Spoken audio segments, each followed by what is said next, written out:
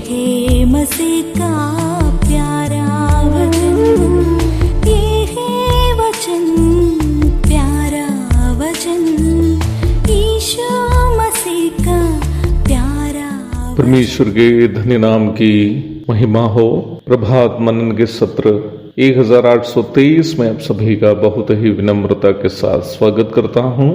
आज के मनन के लिए हम पढ़ते हैं इब्रानी अध्याय 4 पद 1। इसलिए जबकि उसके विश्राम में प्रवेश करने की प्रतिज्ञा अब तक है, तो हमें डरना चाहिए, ऐसा ना हो कि तुम में से कोई जन उससे वंचित रह जाए। तीसरा अध्याय का मनन समाप्त करते समय हम उस विश्राम के बारे में देखे थे जिसमें इस्राएल के बहुत सारे लोग प्रवेश नहीं कर पाए थे। हम ये भी देखे थे कि परमेश्वर पर विश्वास नहीं कर पाने के कारण, अर्थात परमेश्वर पर भरोसा नहीं कर पाने के कारण वे लोग वायदा का देश कनान में प्रवेश नहीं कर पाए थे। तीसरा अध्याय में कनान को जिसे परमेश्वर ने इस्राएलियों के लिए वायदा किया था, उनके लिए वायदा किया गया विश्राम के रूप में प्रस्तुत किया गया है। और इस्राएल की उस अविश्वासी पीढ़ी की लाशें मरुभूमि में गिर पड़ी और वे उस विश्राम में प्रवेश नहीं कर पाए। तीसरा अध्याय में बताई गई इस ऐतिहासिक घटना को चौथा अध्याय में आत्मिक परिप्रेक्ष्य में लेखक प्रस्तुत कर रहा है। चौथा अध्याय की शुरुआत में तीसरा अध्याय में बताई गई ऐतिहासिक घटना के परिप्रेक्ष्य में इब्रानी विश्वासियों से लेखक कह रहा है कि मसीही विश्वासियों के लिए भी परमेश्वर की ओर से एक विश्राम की प्रतिज्ञा अब तक है, और इसलिए हम विश्वासियों को भी डरना चाहिए कि कोई जन उससे वंचित ना रह जाए। ये आयत कई लोगों के लिए गड़बड़ी उत्पन्न की गई एक आयत है, क्योंकि बहुत सारे ऐसे विश्वासी हैं और यहाँ तक शिक्षक लोग भी है, कनान को स्वर्ग का एक छाया समझते हैं, और इसलिए ही प्रारंभ में पढ़ी गई पद में बताया गया विश्राम को, जिससे मसीही विश्वासी वंचित होने की संभावना है, स्वर्ग समझते हैं कई लोग। अर्थात उनका कहना यह है कि उद्धार प्राप्त मसीही विश्वासी भी स्वर्ग प्राप्ति से वंचित रह जाने की संभावना है।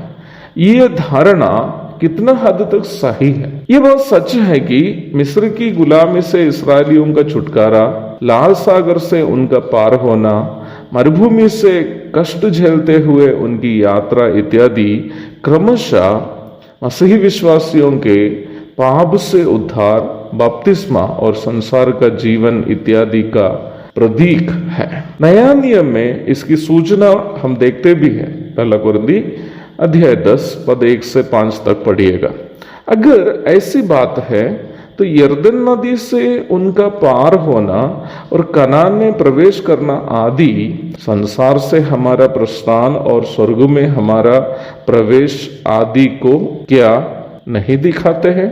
स्वाभाविक रूप में ऐसे सोचने की बड़ी संभावना है, परंतु वचन का सही अध्ययन दूसरे प्रकार सोचने के लिए हमें मजबूर भी करता है। कैसे? 2-3 बातें जल्द जो समझ सकती है मैं आपको बताना चाहता हूं। पहली बात, यदि कनान स्वर्ग का प्रतीक होता तो हमें यह भी कहना पड़ेगा कि मूसा और महायाजक हारून महायाजक भी थे, प्रथम महायाजक। यदि कनान स्वर्ग का प्रतीक है तो हमें यह भी कहना पड़ेगा कि मूसा और महायाजक हारून आदि इस्राएल के जो श्रेष्ठ लोग स्वर्ग नहीं गए होंगे, क्योंकि दोनों मूसा और हारून भी उनके साथ शामिल है जिनकी लाशें मरुभूमि में गिर पड़ी है, अर्थात कनान में प्रवेश नहीं कर पाए। दूसरी बात, कनान की प्राप्ति के लिए इस्राएलियों को युद्ध करना पड़ा था, परंतु उद्धार और स्वर्ग की प्राप्ति परमेश्वर की ओर से सौजन्य रूप में उपलब्ध है, और हमें अपनी ओर से इसके लिए कुछ करना भी आवश्यक नहीं है। इफिसी अध्याय 2 पद 8 और 9। तीसरी बात, कनान पाप से प्रदूषित जगह था, और इसलिए ही परमेश्वर ने इस्राएलियों को आज्ञा दी है कि वहां के दुष्ट लोगों का संहार करना है, परंतु स्वर्ग एक पवित्र जगह है, वहां पापी मनुष्य को प्रवेश नहीं है। भजन 11 की 4 पढ़िएगा। यदि कनान स्वर्ग का प्रतिनिधित्व नहीं करता हो तो वह फिर किस चीज का प्रतीक है? विश्राम शब्द को समझने के लिए कनान को समझना बड़ी अनिवार्यता है। प्रभु दया करे, उस पर हम कल चर्चा करेंगे। तब तक के लिए आपसे विदा हो जाता हूँ। प्रभु के धन्य नाम की महिमा हो। आमीन।